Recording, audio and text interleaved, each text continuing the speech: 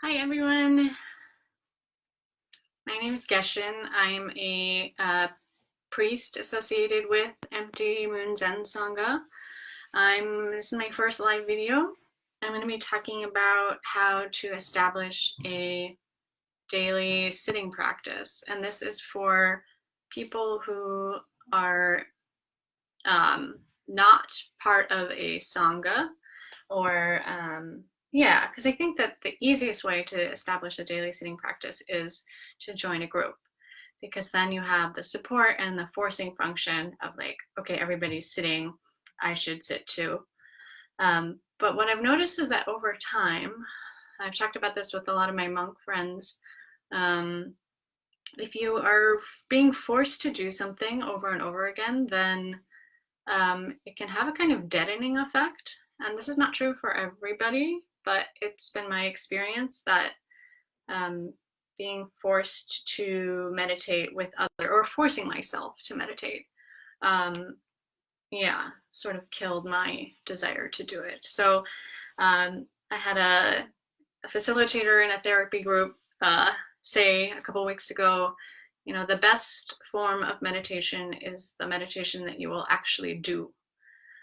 So that is my, that's my theory behind meditation practice as well, is that, the best way to meditate is the way in which you can do it, and that will continue to enrich your life over a long period of time. So I'd like to just show you what I do. So I trained in Northern California and also in Japan and in India.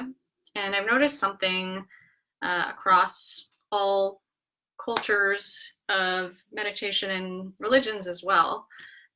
Most religions, not all, but in all Buddhist temples where I have meditated, there have been candles, there have been images, and oftentimes there are smells. And there's a ritualistic component to the meditation. So it's something you're doing over and over in a repeated way, in the same way. So I encourage you all to develop your own rituals. This is what I have developed for myself. It's something that brings me a lot of joy. So I have also altars are good. I really encourage you to find a space that is quiet, where you can be alone, if you can. I know that's not always possible. And to have some space where you can put things that are beautiful or that remind you of qualities in yourself or qualities that you would like to cultivate. That's why sometimes people have statues of Buddha, but you could have pictures of your family, pictures of other people you admire. I have 2 altars, and I'll just show you. This is my more like Zen-like altar. Okay, we've got Kuan Yin there, Kanon, and we also have my grandmother's, pictures of my grandmother, and my kotsu, and some incense. So that's my Zen altar. And then I have a kind of more just personal altar that has a flower and has some candles. And I have some sage and a rock and a feather and some tarot cards. So what I will do in the morning is I will come here and I will light a candle. And when I was living in Japan and also training in American monasteries, our meditation zazen period would start at 4 a.m. and go for about 2 hours. But it always started with lighting candle and incense, right? So you light candles, you can light a candle. I have 3. And also I think that, across traditions, people have been using candles, and, in like a more pagan way of thinking, it's nice to recognize the 4 elements. So earth, air, fire, water. I have all of those but water. I've got some air, and I've got some earth, and I got some fire. So I really encourage you to, yeah, find some sort of fire or just light. And then I have some smells. So I have sage, I have incense, I have some essential oils, sort of up to you. And you know, I think the other reason that this is important to do is because it's important to make meditation something that you like to do and that is enjoyable. And you know, I used to do behavioral therapy, like Pavlov, and we talk about paired conditioning, so paired stimuli. So pairing a neutral stimulus with a positive one.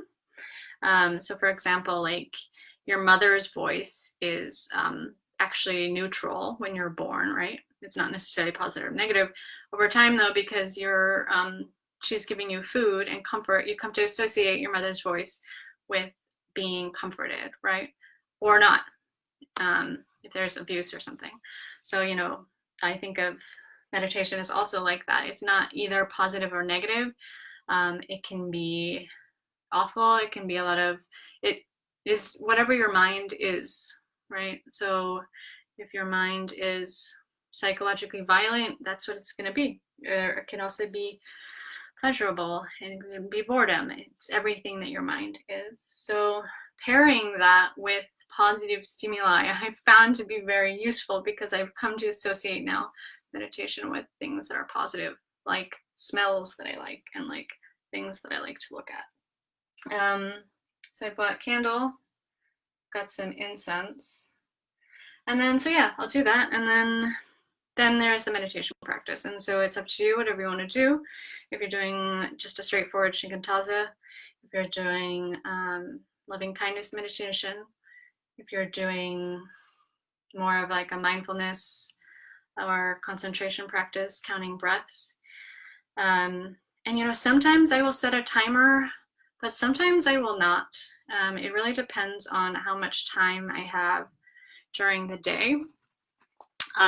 So for example, today I had an appointment at 9:30, so I only had time for like 5 minutes.